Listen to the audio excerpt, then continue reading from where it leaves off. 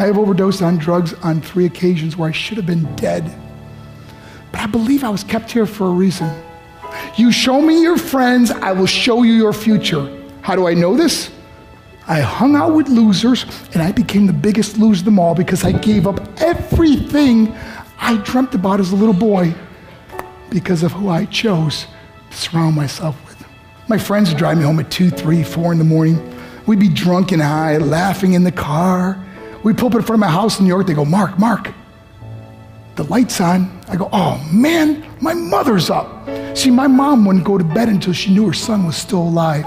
I'd walk in, she'd say, hi, Mark, how was your night? I go, it was good, Mom, I'm just gonna go to bed. She goes, can I talk to you for a minute? I go, Mom, I'm tired, I'm just gonna go to bed. She goes, Mark, I haven't seen you all day and all night. Can I please talk to you? I said, man, just leave me alone. You bug me. I'd slam my bedroom door on the one person who believed in me. I was on a worldwide tour and we were wrestling overseas in Japan. After my wrestling match, I went upstairs to my hotel room and I fell asleep. There was a knock at my door at 3 o'clock in the morning. I got out of bed and I looked through the safety window and I could see it was a Japanese promoter. So I opened the door and he said, Mark, you need to call home. There's been an emergency. I went and got on the hotel room phone. I called back to the United States. I said, hey, what's going on? They said, Mark, I don't know how to tell you this. I said, just tell me what happened. All of a sudden they started crying. They go, Mark, I can't tell you. I said, just say it. They said, Mark, your mother died. I just threw the phone down. I ran out of my hotel room. I took the elevator to the lobby, and when the doors opened up, I just ran out into the street. I mean, there was no cars, there was no people. It was 3 o'clock in the morning.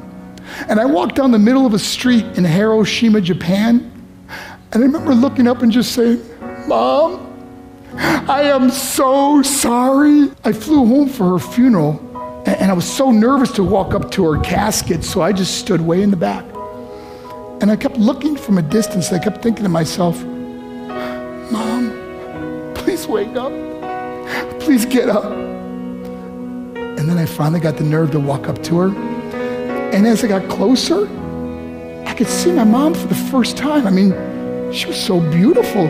She was dressed in white. I mean, she looked like an angel. And I just stood over her and I said, Mom, you are my hero. Everything I am, everything I hope to be was because of you. You loved me so much, you gave me a life. You're the only one that ever believed in me. How did I repay her? By getting drunk, by getting high, by getting stupid, by hanging out with losers? For what? All she ever wanted to do was talk to me. I wish I could talk to you now, Mom. I wish you could see what I'm doing. Why couldn't I have been a better son? We are defined by our choices. But if you surround yourself with people involved in drugs and alcohol and pills, it's a dead end. I'm not here to preach to you. I'm here to tell you I lived that life. It leads to broken hearts, broken relationships, broken dreams, and death. For what? To get high? If you have a mother or a father, when you go home, tell them how much you love them. See, my whole life was about being rich and famous. I had to be a millionaire.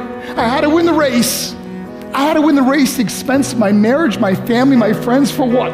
To be all alone in the world? I learned what is truly important, and that is how precious this gift of life is, and our families, and how quickly it can be taken away.